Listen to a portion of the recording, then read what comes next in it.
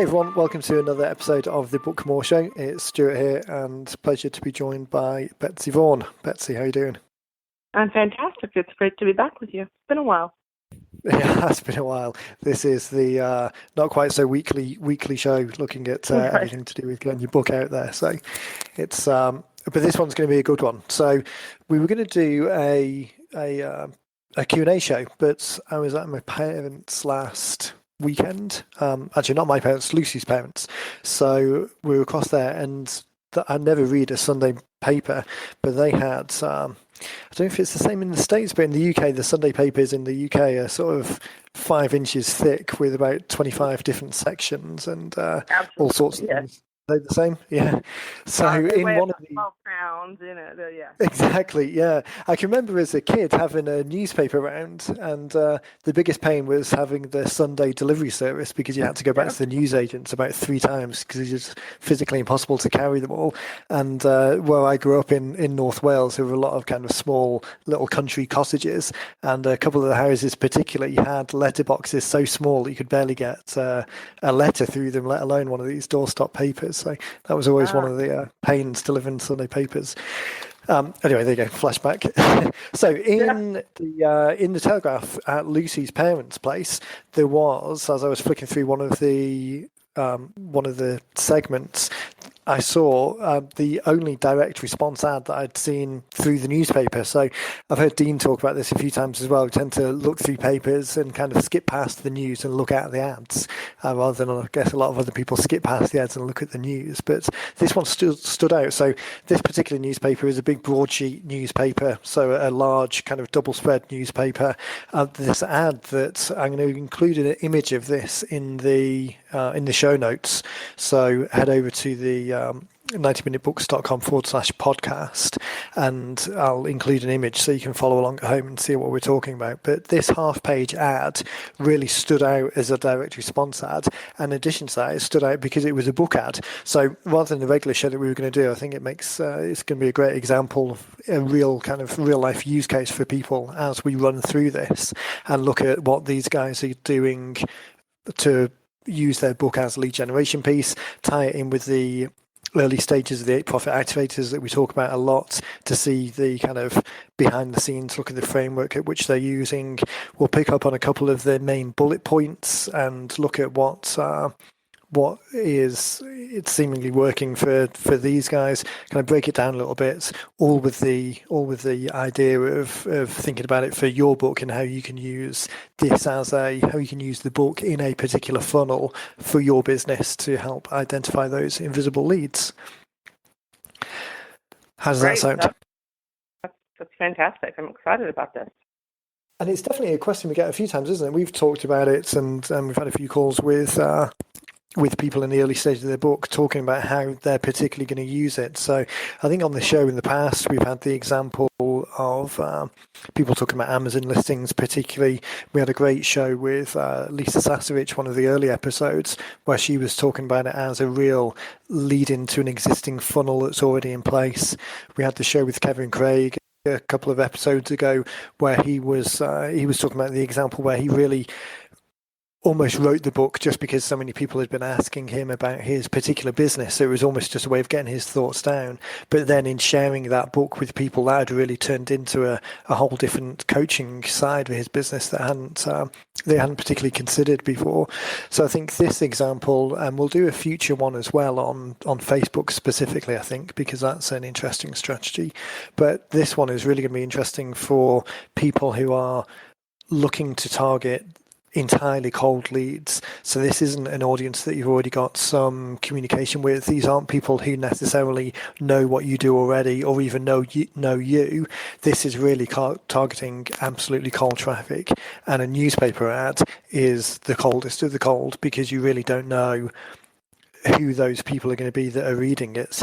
It's very difficult to demographically target it to a certain group of people. So it is quite broad. It really is targeting a broad swathe of people with something that hopefully will be of interest to the people who you're trying to target, and then they'll self-select themselves and raise their hand because what we write is something that's compelling.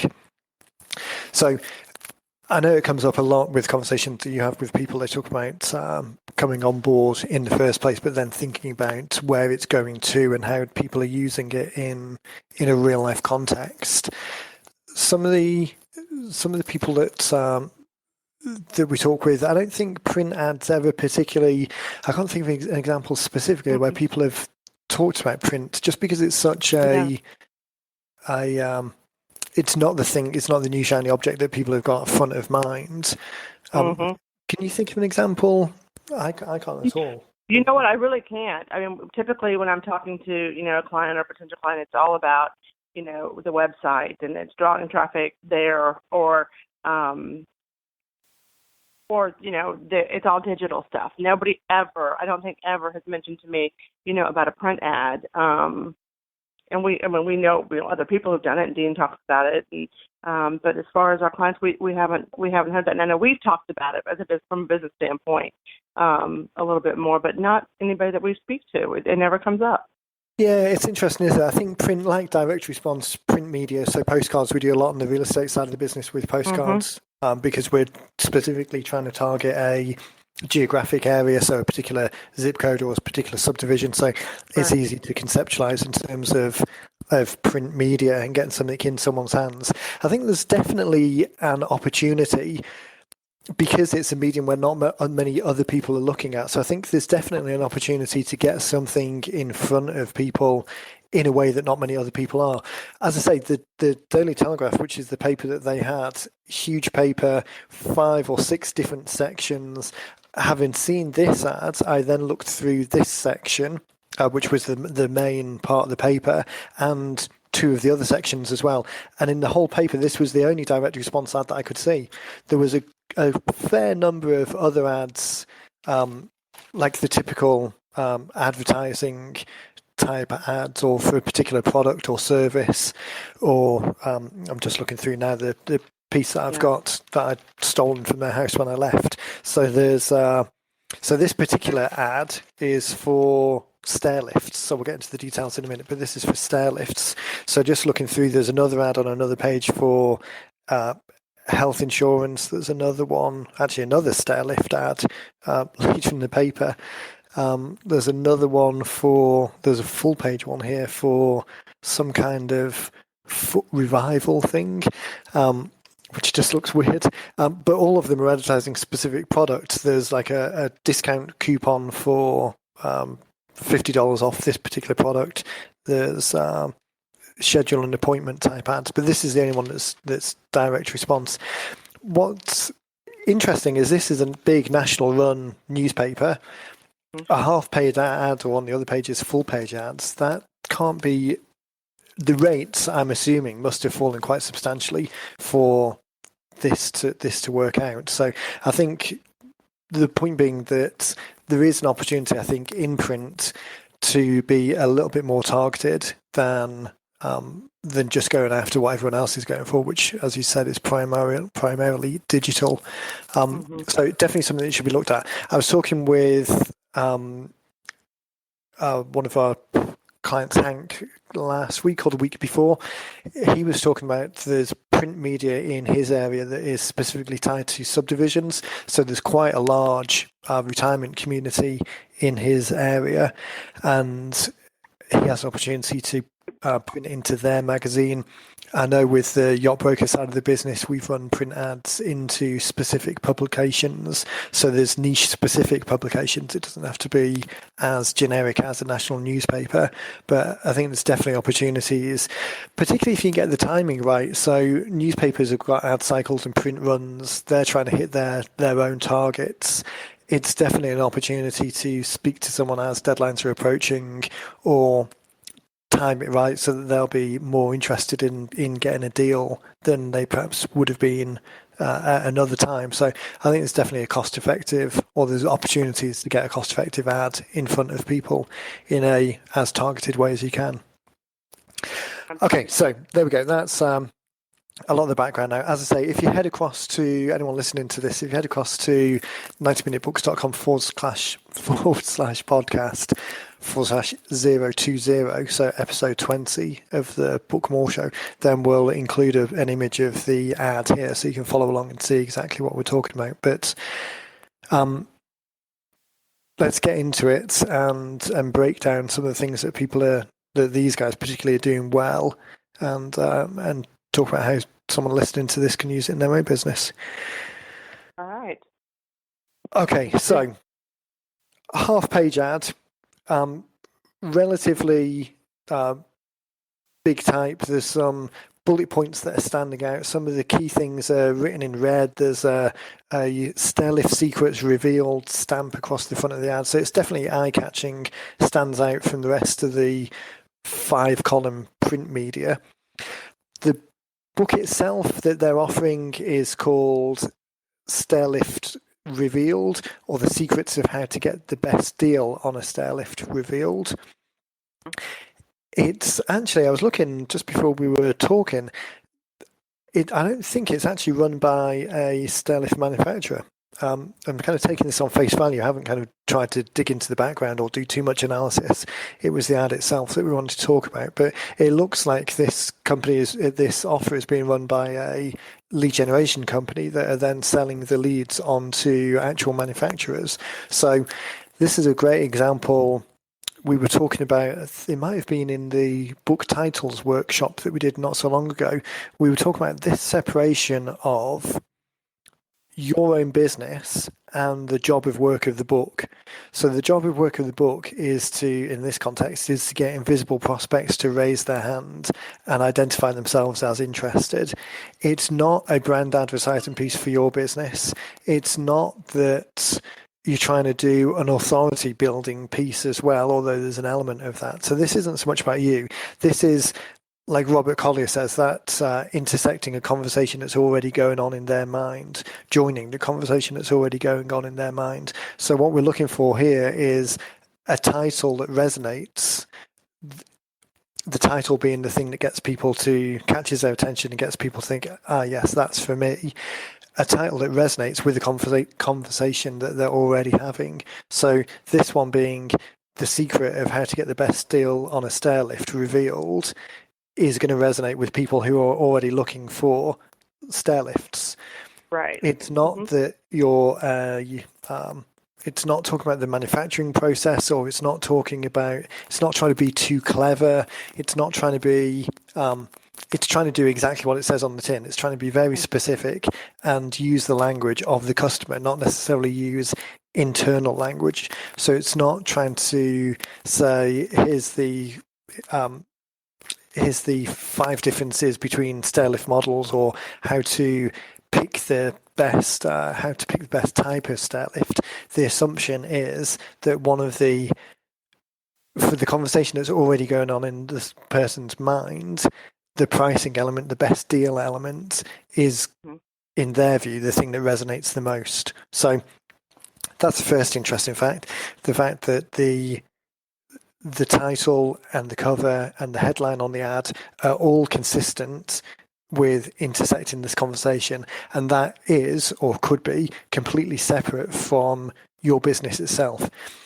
It's a little bit of a nuanced difference. I'm not sure whether I'm explaining it in quite the clearest way. Does it make sense, the point I'm trying to get across? The fact that the thing that you're trying to get people to raise their hand for is related to your business, but doesn't have to advertise your business, or... Yes, makes complete sense. Yeah. Another example that Dean uses quite a lot is the adult acne cure. So Luba Winter's book. So the device that she has is for skincare. It uses red and blue lights and UV. I forget the details of it, but the book title, The Adult Acne Cure, intersects the conversation that's going on in their mind. It's kind of a stage removed from the technical elements of the device or what the device is. It's kind of promising a solution that matches a conversation that's in the mind of your customer who is likely to be having that conversation. So that was another example. Okay, so moving down, then there's quite a bit of copy on the ad, but it's broken down. It's kind of on a bluish background.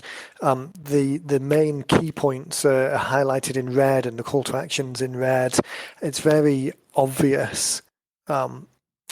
Just as you're glancing over it, it's very obvious some of the key catchphrases or the key terms that again are going to be in someone's mind as they're thinking about it. So the copy goes on to read then. Discover inside, and then there's 5 bullets. So discover inside, how to buy a good reconditioned stairlift. Actually, I've just noticed there's a bit of a typo on the ad. So this is discover inside, how to buy a good reconditioned stairlift, and then a question mark. That it's a statement, it's not a question. So that question mark probably shouldn't be there. So again, this goes back to, we get this conversation, a kind of a qualitative. People will often ask, oh, well, what if there's a mistake in my book? I think that comes from the frame of mind of kind of traditional publishing, where once the machines have started rolling, that's it, 10,000 books are going to be produced. So the fact that on the very first line of this ad that's running in a national newspaper, there's a typo, it really doesn't, it doesn't affect it. It doesn't impact the doesn't really impact the credibility. It doesn't impact the effectiveness of the ad. It's out there doing its job better than not being out there not doing its job. Exactly. Okay, so discover inside, how to buy a good reconditioned stairlift. Could renting be a cheaper option? How to qualify for a tax exemption? How to qualify for a free grant? And again, there's a question mark on the bottom of those two. And what are the best models? What are the best makes and models? So those 5 main points are probably going to be the 5 most pressing questions or concerns in the reader's mind. And we talk about this quite a lot in terms of the outline, the chapter headings, the way we structure the book in the first place. Say to people to try and answer one question, one subject as deeply as possible. And these elements of, this is maybe slightly, I don't know, maybe not. This might be slightly broader than I would suggest, but I think it still does a great example. But those 5 main points, the 5 main questions, the 5 main bullets, the 5 headlines, the talking points that call out on the ad, that really goes to build the chapter headings and the structure of the book, because the aim that we're trying to do is get this whole conversation congruent around this one question that you're trying to answer. So the one question is the one thing in the reader's mind that's the most pressing, the thing that's likely to get them to raise their hand. It's reflected in the title, it's reflected in the chapter headings, it's reflected in the content, and then when we get to the end, it's reflected in the call to action, what to do next. Because as much as possible, we're trying to help people complete this one thought and give them the certainty or the surety or the very clear next steps, the answer to the question, the resolution. We're trying to guide people all down this path towards the call to action, and the call to action typically then being take the next step with me. The next step on the process is this, and we can do this together. So this kind of consistent view all the way through is reflected in this ad. It kind of highlights the main pressing questions. So going on below that, the subheading to the ad is this unique insider's guide could save you a great deal of money. Firstly, do you need a stairlift at all? We help you make that assessment. We also show you how to buy a stairlift. It's just as important as one. We also show you how. Oh, sorry. I thought that was another typo, but it's me. I just can't read. It finishes. We also show you how you buy a stairlift. It's just as important as what you buy.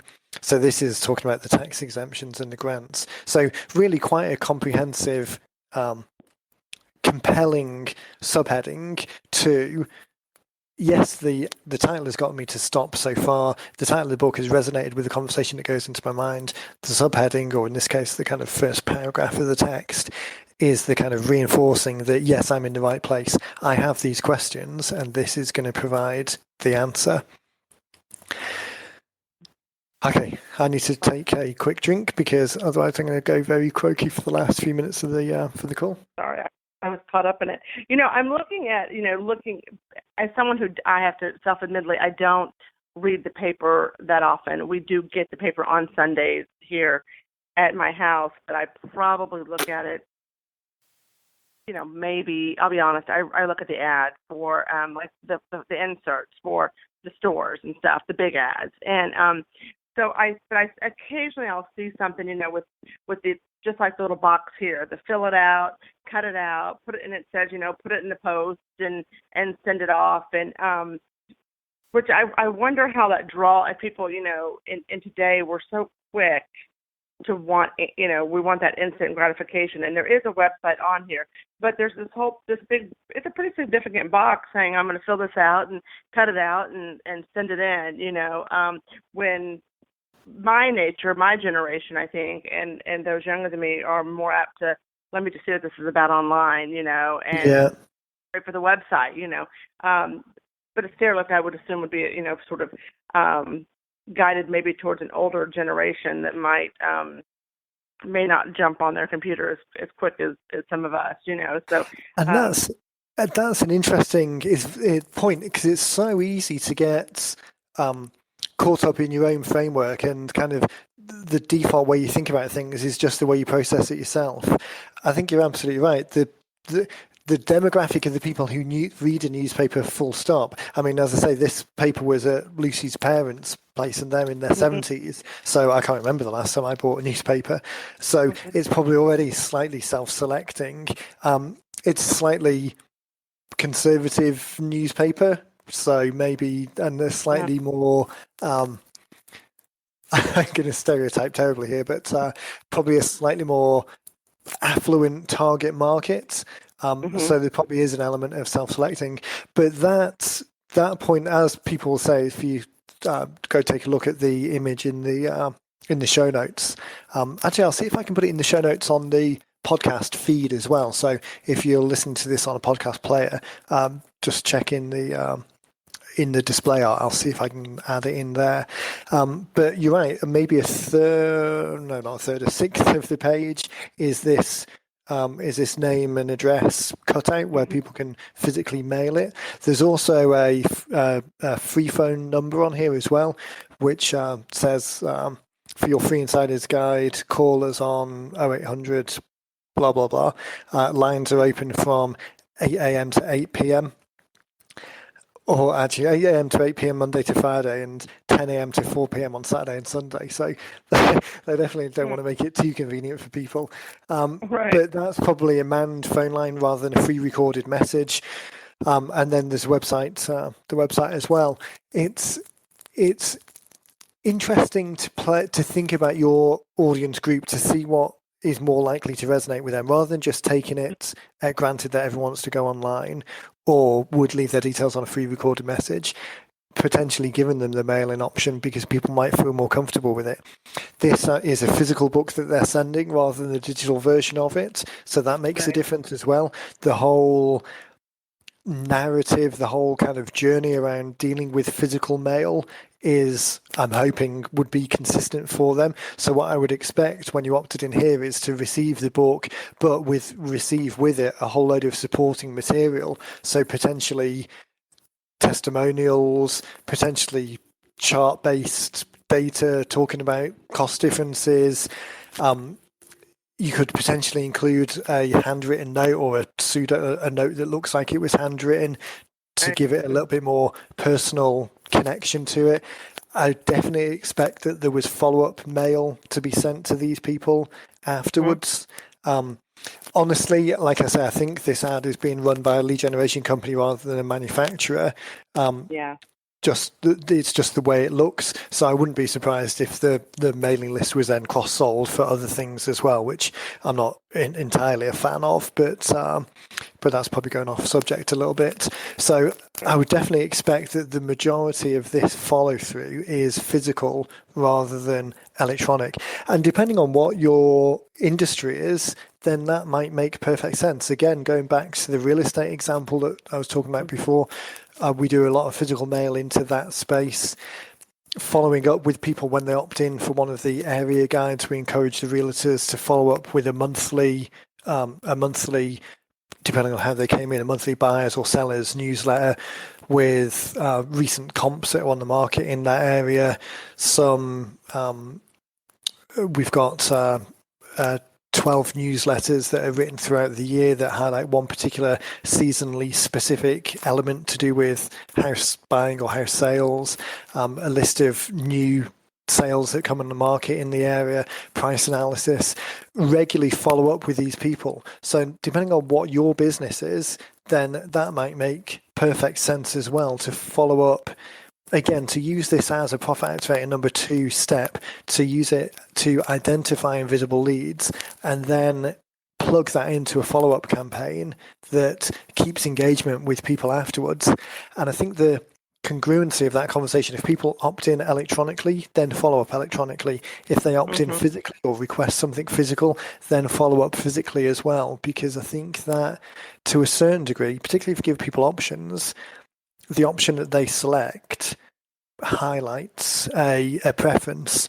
So again, there's no one right answer in any of this, but I think it's a good way of thinking about it a little bit more orchestrated rather than dropping everyone into the same funnel, being able to sift and sort them slightly into different preferences, different requirements, different time frames, different agendas.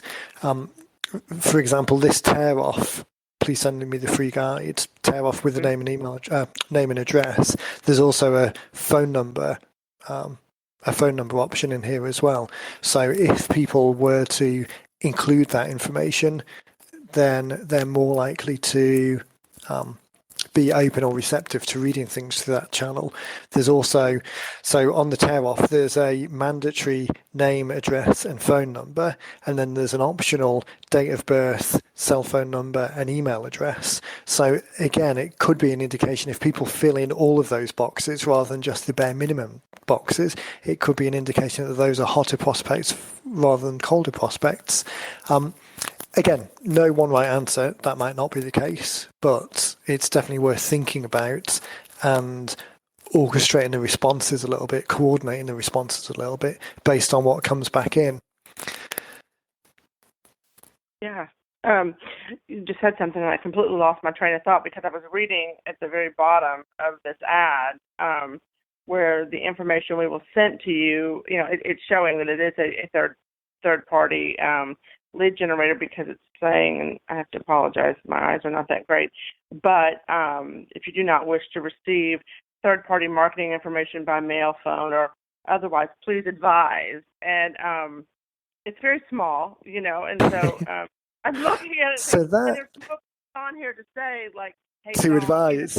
Yeah, right. I know. So that's what, like you, that I think is what made me think it was a third-party lead gen company that's doing this, because there are data protection requirements that mean you must give people the opportunity to opt out, but not actually giving them that opportunity on the form is a little bit, it's not the nicest. But I think the fact that like we told you had the option to say. Yeah, exactly. Please advise on the 50th piece of 50th phone call we phone you with. The interesting thing, though, is it goes back to as we started the conversation, talking about the opportunity to get people to raise their hand is separate from what your business actually does. So the fact that a lead gen company, and it would be interesting to see how broad these guys are. They might just be a lead gen company for a multitude of things aimed at seniors, and this is just one of their lead gen funnels to identify that group. So they might actually be selling, I'm sure it's not, but I'm just trying to come up with a silly example for the sake of the illustration. But these guys may actually be ranch home builders. They might be a building company that specializes in ranch homes with accessibility features. And what they're actually doing is trying to identify their target audience. And their target audience is people who are having difficulty in getting around a home with stairs. Mm-hmm. So to highlight that example of the lead gen piece, the way you get invisible prospects to raise their hand doesn't necessarily need to be specifically to do with your business. It's difficult for people to conceptualize. I've had a lot of conversations where it's really quite a challenge to kind of articulate that point in a clear way. So I might use this as the example going forward. But let's assume that was the case. These are ranch home builders. specialize in accessibility features, and they're thinking to themselves, okay, well, I have everyone here. If I just try and advertise to people who like ranch homes, then that might be missing the subset of that group, which is really the accessibility element of it. But I know that almost 100% of my customers, anyone that wants a stairlift is going to be in that demographic. They are people who, by the very nature, are struggling to get around their home because they need assistance in getting up the stairs. So to provide them with this guide on day one, and then on day 5, send them something talking about the accessibility of ranch homes. Now, obviously, it's a big subset of people below that who would then be looking to build a new home. And again, I mean, this was just for the example of the illustration. But that separation of the job of work of the lead generation piece versus what you actually do and what you might traditionally think of as, I need to write a book to demonstrate my expertise in very much the industry that I'm absolutely working in. That doesn't necessarily need to be the case, and I think there's a lot of opportunity for people to think that one ring out from that core set of knowledge that you could provide into the minds of the customers, and what is the conversation that they are having, and how can I provide help in an answer to that conversation in order to compel people to raise their hand. So, do you know, I just looked at the clock and we've just gone past 30 minutes. So this is, it goes quick. Barely touched the series. Yeah, and you know, that's so much the case, isn't it? So I think what I'm going to do, there's a couple of points I just wanted to raise on the ad. Again, if people listen to this, if you head across to 90minutebooks.com/podcast/020 for episode 20, or just search for episode 20, and then we'll have a copy of the ad so you can see exactly what we're looking at now as you listen along. I'll try and put it in the podcast notes as well for the podcast players. There's a couple of other points, but there's comments available on the website. So if anyone's got any questions about this or some of the slightly broader topics that we're talking about, the kind of the next step in the process, leave a comment on the website or shoot an email to us at podcast@90minutebooks, and we'll wrap it up into one of the future Q&A shows. The last couple of things that I just wanted to pick up on specifically about this ad is, one, there's a sticker, or the image of a sticker over the book that says free guide worth $4.99. So it gives it a monetary value to give the impression of there's a saleable number associated with it. So it's not just a free guide and it's free. It's a free guide, but it has an intrinsic value if the product were to be sold. So I think that's always an interesting one. It's difficult to work in. I think it works quite well in this print ad because there is a space on here for a sticker, like a banner over the top saying free guide. Mm-hmm. Digitally, it's difficult to work in because people just don't attribute value to digital products as much. Print, I think it works well in the context of print because it just seems to be more consistent with the model. Whether that will change over time as people don't have that kind of don't have that connection, but I think at the moment it works quite well. So if anyone is thinking about running a print ad, it might be worth trying to incorporate that element. The other option is, the other point to raise is the word free. So the fact that it's a free guide on some of the digital assets that we create for people as part of the 90-minute book process, we create some banners and a couple of examples that people can use for images. The landing page that we create for people as well as part of we create a free GoGo Clients trial for people so that they've immediately got a landing page. And we default to free book on the banner logo on the top of it all. Some people have an issue with the word free because they see that it cheapens something. But we've kind of tested it again across the real estate business and high-end real estate target markets. We've done it in the yacht business as well. The word free resonates with everyone across the board. So I wouldn't necessarily discount that if you're thinking that you'd want to avoid the word free. I think there is something that is still eye-catching regardless of how high-end the target market is.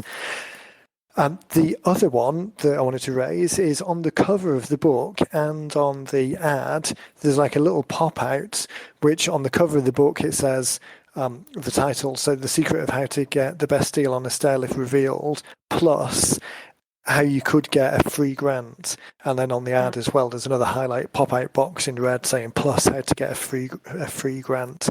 So I think that mental concept of adding on the value, of adding something additional, we often get people coming in and wanting to write a book that's very comprehensive and covers lots of different things, and they want to include A through Z, everything they could possibly imagine want to include in the book. And there's two words of warnings that we always have for people who are thinking that. One is just scope. The more you put in there, the less likely it is that you're going to ever get this thing finished, because it just becomes a big headache to comprehensively include a wide range of information into something. The overhead of actually writing it in the first place, or getting the content in the first place, and then editing it in a way that makes it coherent all the way through, very, very challenging. So I would always advise being as specific as possible, and don't get drawn into go a mile deep and an inch wide rather than a mile wide and an inch deep on everything. The other element, which is more of a kind of psychological element, and we should talk as well about the Robert Cialdini's new book, Persuasion, one of the podcasts I did with Dean not so long ago, well, last year now. We talked about it briefly, but these psychological triggers that are pretty ingrained in everyone, these persuasion techniques, utilizing some of those is quite interesting. But this particular point then is talking about here's the book plus how to get a free grant. Now, we'd already said in the bullets that the grant element, how you qualify for a free grant, is part of the book anyway, but highlighting it as a plus, highlighting it as either an additional chapter, like a bonus chapter, or an additional piece of content that you include in the mailing or the email that you send with people. Rather than including everything actually in the book, if there's something that you can name and ring fence and have separately as an additional asset for the same amount of work, is actually a big win in terms of piling on the value and adding additional things to the thing that's being opted in for. It's the bonus culture of it. It seems like you're giving someone more, even though you fully intended to give it to them in the first place. So I think we should maybe do a separate show on that as well, because I've just looked at the clock again and we're storming towards 45 minutes now. But this concept of not including everything in the one thing, being able to follow up on it and add additional value by packaging things in a slightly different way, there's a lot of that makes the boat go faster. Again, to use one of Dean's phrases, it's a way of adding additional bang to the book, and without necessarily having to add additional work at the end of you creating it. Yeah. There we go. I think we could probably talk about it, another 30 minutes, if not longer. Yeah, definitely. And I think it's a reminder to get back on a more regular schedule with the shows. So we've got a lot of information that we get to share with people, but it tends to be we do it far too much one-on-one with people on calls at the moment. So it's good to get some of this out to the wider audience, and hopefully it's given people something to think about that they might not have seen in another setting, another scenario. And hopefully it's an easy one for people to start thinking about, okay, well, how can I use this in my market? So again, then, thanks for everyone's time. We'll put links to or an image of the ad so that people can follow along in the show notes. Any questions or follow-up or points you want us to elaborate on, either leave a comment on the show notes page or send us an email to podcast@90minutebooks. And we'll be back next week with a show, and then a couple of weeks down the track, I'm sure we'll pick up on this again and dive into it in some more detail. That would be great. I'm going to do a little research on my Sunday paper this week and just kind of see what's out there, as far as this these kinds of things in our paper. I'm such a digitally minded person, so I'm curious, and see what I can find, so we can maybe talk about that next time as well. See how much is actually out there for us. So yeah, that'd be good. See if it's the same on that side of the pond as well. Right, absolutely. Yep. Well, thank you for having me. Okay, Betsy, pleasure as always. Thanks again, and everyone, thanks for listening. We'll catch you next time.